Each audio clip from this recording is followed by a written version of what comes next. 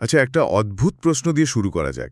ভাবুন তো, এমন কি হতে পারে যে যিনি সবকিছুর স্রষ্টা, তাকেই তার নিজের সৃষ্টি মানে আবার নতুন করে উত্তরাধিকার সূত্রে অর্জন করতে হবে? এটা তো একটা ধাঁধার মতো শোনাচ্ছে, তাই না?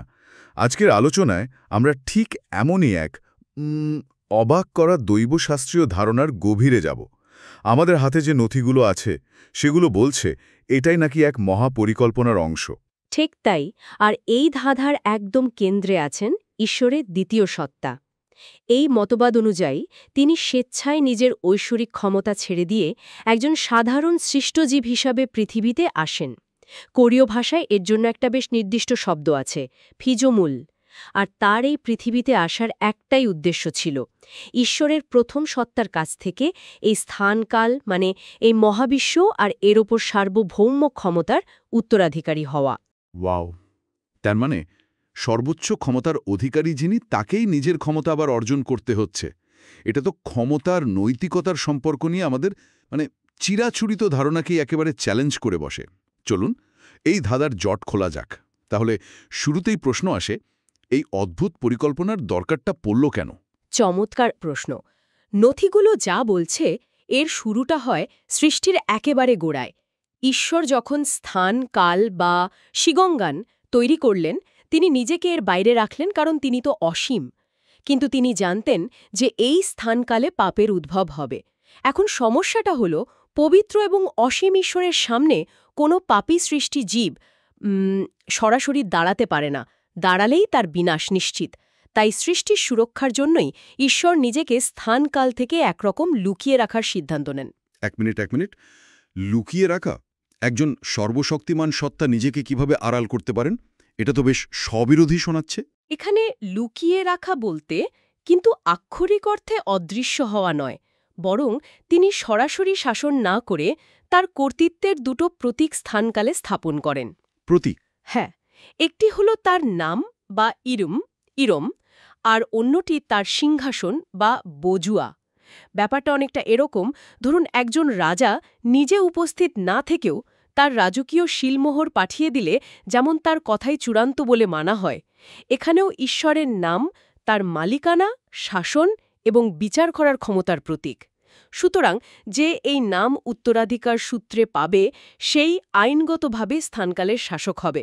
আচ্ছা, তাহলে নাম হলো ক্ষমতার চাবিকাঠি। কিন্তু এখানেই তো আমার মূল প্রশ্নটা আবার ফিরে আসছে। ঈশ্বর তো তিনি তো এমনিতেই সবকিছুর মালিক। তাহলে তার নিজেরই রেখে যাওয়া প্রতীকী নাম আবার উত্তরাধিকার সূত্রে পাওয়ার এত জটিলতার কি দরকার? কেন এই আইনি নাটক? এটাই তো এই পুরো আলোচনার সবচেয়ে আকর্ষণীয় অংশ। নথিগুলোর যুক্তিটা বেশ চমকপ্রদ। তারা বলছে সাধারণ আইন অনুযায়ী যিনি কোনো কিছুর মালিক, তিনি সেটার উত্তরাধিকারী হতে পারেন না। উত্তরাধিকারী হতে হলে প্রার্থীকে মালিক হওয়া চলবে না। যেমন আপনার নিজের বাড়ি আপনি তো আর উত্তরাধিকার সূত্রে পেতে পারেন না, কারণ ওটা তো আপনারই। কিন্তু এই পুরো প্রক্রিয়াটা কি একটু বেশি জটিল মনে হচ্ছে না? একজন সর্বশক্তিমান সত্তার কেন এত আইন কানুন মেনে চলার প্রয়োজন পড়বে? তিনি তো চাইলেই নিয়ম বদলে দিতে পারতেন। দেখুন, এখানেই এই দৈবশাস্ত্রের মূল সৌন্দর্য। এর প্রবক্তারা বলেন ঈশ্বর কেবল শক্তিশালী নন, তিনি ন্যায়পরায়ণও। তিনি জোর করে বা নিয়ম ভেঙে কিছু করতে চাননি। তিনি চেয়েছিলেন এমন এক ব্যবস্থা তৈরি করতে যা সম্পূর্ণ আইনসম্মত এবং নৈতিকভাবে নিখুঁত হবে। তিনি প্রমাণ করতে চেয়েছিলেন যে তার পথটাই সঠিক, আর সেটা প্রমাণ করার জন্য তিনি নিজেই সেই ব্যবস্থার অধীনে আসতে রাজি ছিলেন। তাই ঈশ্বরের দ্বিতীয় সত্তা স্বেচ্ছায় স্থানকালের ওপর নিজের মালিকানা ত্যাগ করেন এবং একজন পিজোমুল বা সৃষ্ট জীবে পরিণত হন, যাতে তিনি উত্তরাধিকারী হওয়ার প্রতিযোগিতায় নামতে পারেন।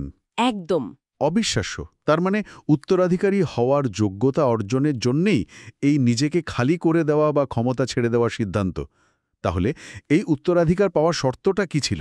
নিশ্চয়ই খুব কঠিন কিছু। শর্ত ছিল একটাই, কিন্তু সেটা প্রায় অসম্ভব। শর্তটি হল প্রার্থীকে হতে হবে সম্পূর্ণ নিষ্পাপ। এখন দেখুন, সৃষ্ট জীবের মধ্যে কেউই তো জন্ম থেকে সম্পূর্ণ নিষ্পাপ নয়, একমাত্র ঈশ্বরই নিষ্পাপ। তাহলে দাঁড়াচ্ছেটা কি? উত্তরাধিকারী হতে হলে সৃষ্টজীব হতে হবে, আবার নিষ্পাপও হতে হবে। এই দুটো শর্ত একসাথে পূরণ করার মতো একজনই আছেন, স্বয়ং ঈশ্বর। আমি ধরতে পারছি এটা একটা প্যারাডক্স বা বিরোধাভাস, যার সমাধান ঈশ্বর নিজেই। যেহেতু একমাত্র সৃষ্টজীবী উত্তরাধিকারী হতে পারে এবং একমাত্র ঈশ্বরই নিষ্পাপ, তাই ঈশ্বরকেই সৃষ্টজীব হয়ে পৃথিবীতে আসতে হয়েছিল। আইনগতভাবে যোগ্যতা অর্জনের জন্য এর কোনো বিকল্প ছিল না। আপনি একেবারে ঠিক জায়গায় ধরেছেন। এটি কেবল ক্ষমতার বিষয় নয়, যোগ্যতারও বিষয়। তাকে প্রমাণ করতে হতো যে তিনি এর যোগ্য, আর সেই প্রমাণ দেওয়ার জন্যই তিনি পৃথিবীতে আসেন। নথিগুলোতে বলা হয়েছে তিনি আদমের অভিশপ্ত দেহ বা যজুবাদুন যুগছে ধারণ করেন।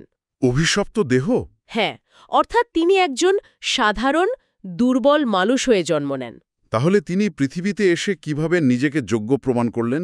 নিশ্চয়ই কোনো পরীক্ষা ছিল। হ্যাঁ, তার পুরো জীবনটাই ছিল একটা পরীক্ষা। তিনি ঈশ্বরের দেওয়া ভালোবাসার আজ্ঞা বা খেমিয়ং অক্ষরে অক্ষরে পালন করে দেখান। তার জীবনের প্রতিটি মুহূর্তে, মৃত্যু পর্যন্ত, এমনকি ক্রুশবিদ্ধ হওয়ার চরম কষ্টের সময়ও তিনি ঈশ্বরের প্রতি সম্পূর্ণ অনুগত ছিলেন। এই নিখুঁত আনুগত্যই ছিল তার যোগ্যতা প্রমাণের চাবিকাঠি। তার মানে এই দৈবশাস্ত্রিক ব্যাখ্যায় ক্রুশবিদ্ধ হওয়ার ঘটনাটা শুধু একটা আত্মত্যাগ নয়, বরং এটা ছিল উত্তরাধিকার অর্জনের চূড়ান্ত আইনি পদক্ষেপ। একদম।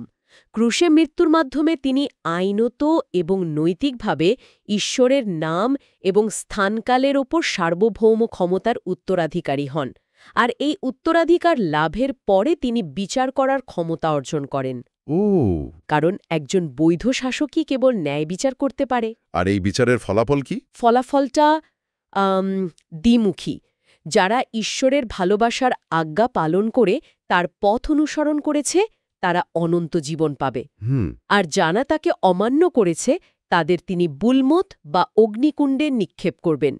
এর মাধ্যমে স্থানকাল থেকে পাপ চিরতরে মুছে যাবে এবং ঈশ্বরের সৃষ্টির মূল উদ্দেশ্য, মানে একটি পাপমুক্ত জগৎ, পূর্ণতা পাবে। উত্তরাধিকারের সাথে বিচার এবং পরিশুদ্ধি ওতপ্রোতভাবে জড়িত। ঠিক। এই আলোচনার একটা অংশ আমাকে সবচেয়ে বেশি আকর্ষণ করেছে, সত্যি বলতে। সেটা হলো একজাত পুত্র থেকে জ্যেষ্ঠ পুত্র হয়ে ওঠার ধারণা। এই রূপান্তরটা ঠিক কি একটু বুঝিয়ে বলবেন? তা ছিলেন ঈশ্বরের একজাত পুত্র বা ওয়েআদুল। একজাত মানে তিনি অদ্বিতীয়, তার মতো আর কেউ নেই, তিনি একা। কিন্তু যখন তিনি মানুষ হয়ে পৃথিবীতে এলেন এবং উত্তরাধিকার জয় করলেন, তখন তার পরিচয় বদলে গেল। তিনি হলেন জ্যেষ্ঠ পুত্র বা মাদাদুল। একজাত থেকে জ্যেষ্ঠ, এর মধ্যে পার্থক্যটা কোথায়? জ্যেষ্ঠ বা বড় ছেলে হওয়ার মানে তো হল তার ছোট ভাই বোনেও আছে। ঠিক ধরেছেন, এখানেই তো লুকিয়ে আছে মূল তাৎপর্য। জ্যেষ্ঠ পুত্র হয়ে তিনি তার অনুসারীদের, অর্থাৎ ছোট ভাই বোনদের বা দংস্যাংদুল নিজের উত্তরাধিকারের অংশীদার হওয়ার সুযোগ করে দেন। ব্যাপারটা ভাবুন একবার।